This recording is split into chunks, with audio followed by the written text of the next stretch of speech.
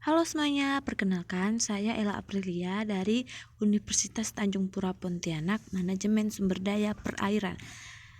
Saya di sini akan menjelaskan tentang manajemen operasi penangkapan ikan pada alat tangkap jilnet.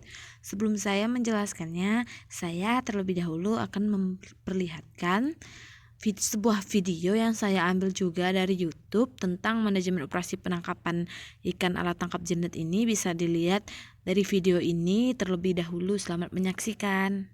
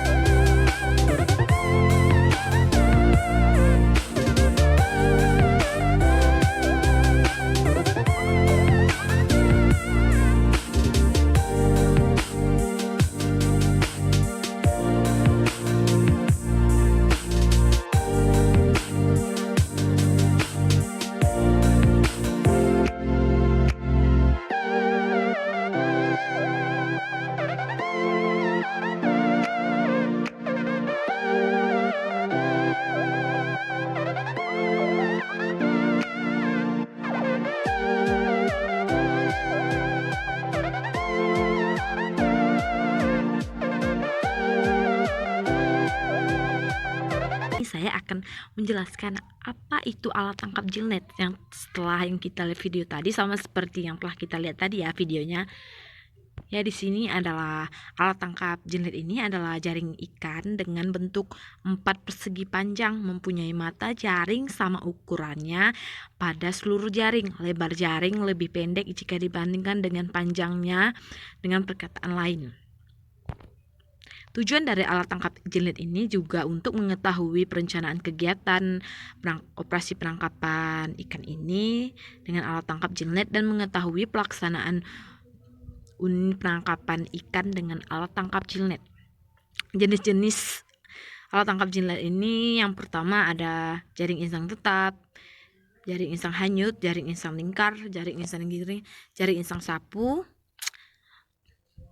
Komponen yang terdapat dalam komponen alat tangkap jilnet ini ada tali perias, pelampung, tali penguat atas, tali ris atas, serapat atas, tubuh jaring, serempat bawah, tali ris samping, tali ris bawah, tali penguat bawah, tali pemberat, dan ada pemberat seperti yang di video tadi. Juga sudah dijelaskan yang mana pelampungnya, yang mana penarikan dalam penarikannya, tali-tali yang terletak. Di sini juga ada pengoperasian alat tangkap jilnet seperti gambar tersebut. Ini bisa dilihat di sebuah PPT saya juga ada ya. Yang selanjutnya ada pengoperasian alat tangkap jilnet ini secara umum dilakukan secara pasif, tapi ada juga yang dilakukan secara semi aktif pada siang hari. Pengoperasian alat tangkap jilnet secara pasif umumnya dilakukan pada malam hari dengan atau tanpa alat bantu cahaya. Kemudian alat tangkap jilnet ini dipasang di perairan, dilewati ikan atau hewan lainnya yang dibiarkan beberapa lama sampai ikan menabrak atau terjebak masuk ke dalam mata jaring. Lama waktu pengoperasian jilnet ini sesuai dengan target tangkapan atau menurut kebiasaan nelayan yang melakukan operasi penangkapan ikan.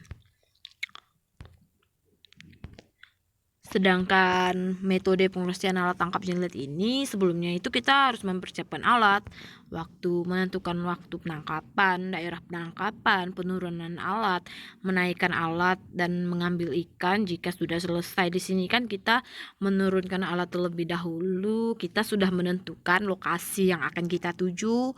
Bila sudah menurunkan alat, itu dibantu oleh ABK atau anak buah kapal, penurunan kapal ini kan di dalam perairan itu jaring insang ini kita diamkan selama 3-5 jam. Apabila penangkapan selama 3 jam ini sudah banyak, maka ditarik. Jika belum sesuai dengan target, maka sampailah 5 jam.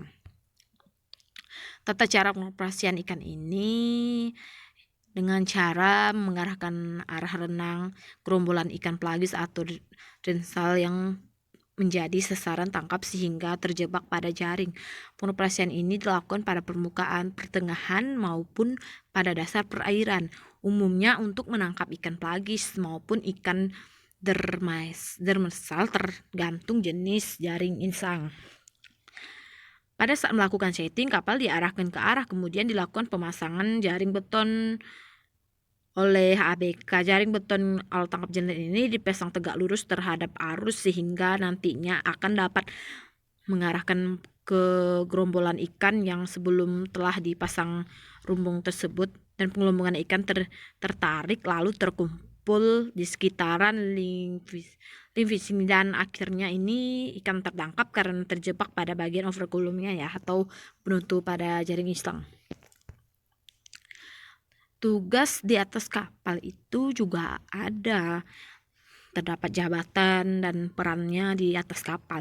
Sedangkan jabatan jurumudi berperan sebagai bertanggung jawab terhadap kapal, bertanggung jawab terhadap keselamatan ABK, dan menyiapkan peralatan sebelum keberangkatan, mencari daerah penangkapan yang tepat, mengemudi kapal dari awal sampai akhir dan sebaliknya lagi. Sedangkan jabatan sebagai ABK itu bertugas sebagai bertanggung jawab di atas kondisi mesin, penurunan jaring dan penarikan, perbaikan alat tangkap yang rusak, bertanggung jawab mengenai konsumsi bagi awak kapal. Ini tugas-tugas yang dilibatkan dalam pengoperasian alat tangkap jenlet ya. Sedangkan hasil tangkapan yang diperoleh dengan menggunakan alat tangkap jenlet ini biasanya dalam jumlah yang sedikit karena ukurannya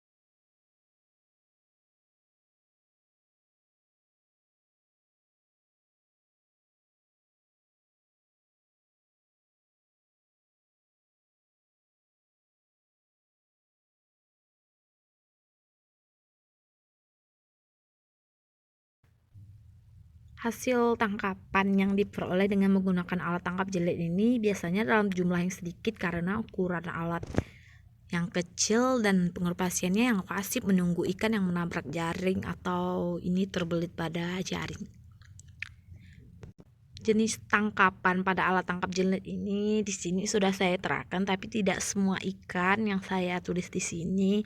Ada sebagian yang saya tidak jelaskan. Di sini bisa dilihat ya, ada ikan kerapunya juga, ikan kembung lakinya. Masih banyak lagi jenis ikan lainnya yang tertangkap pada alat tangkap jenlet ini. Di dalam pemasaran hasil tangkapan merupakan suatu proses daripada pertukaran yang tercangkum serangkaian kegiatan yang dituju untuk memindahkan barang-barang atau jasa-jasa dari sektor produksi ke sektor konsumsi.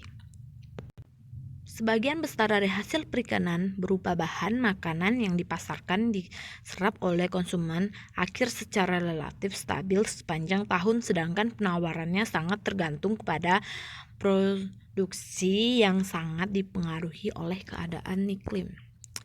Di sini ada juga hasil perikanan pada umumnya itu terdiri dari produser, perdagangan,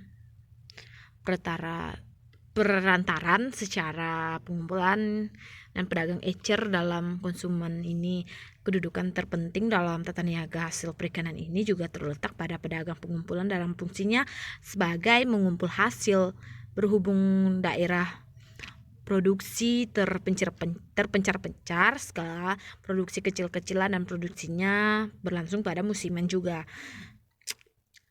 Bersikap musiman karena pada umumnya produksi berlangsung musiman, dan ini jelas terlihat pada perikanan laut.